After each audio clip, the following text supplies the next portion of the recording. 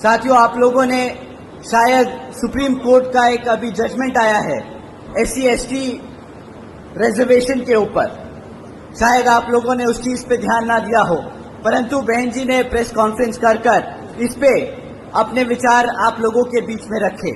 मैं उनके बात को आप लोगों के बीच में समक्ष में रखना चाहूंगा। साथियों, सुप्रीम कोर्ट का जो जजमेंट अभी आया है, उसके तहत जो SC ST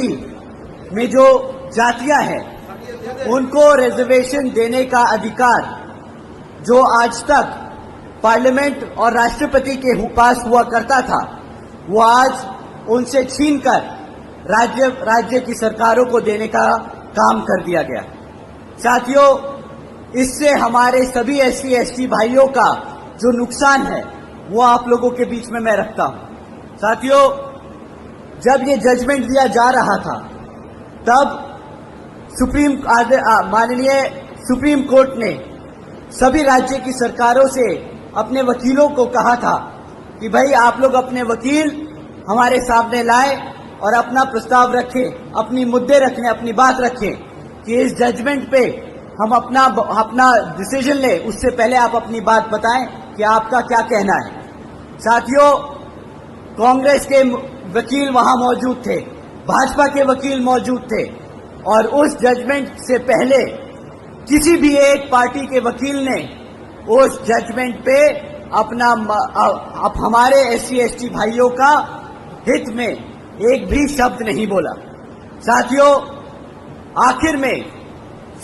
माननीय सुप्रीम कोर्ट ने जजमेंट पास किया कि जो आरक्षण की सुविधा है SC ST भाइयों को, जिन जातियों को सुविधा है, वो अब सुविधा राज्य सरकार, वो जातियां राज्य सरकार तय करेंगी। साथियों, अब इससे क्या होगा, जो राज्य में सरकार सत्ता में है, वो अपने मन मुताबिक SC में जो जातियां हैं उनको रिजर्वेशन देगी, और अगर चाहेगी तो आपसे उन जातियों से रिजर्वेशन छीनने का काम करेगी। साथियों, इससे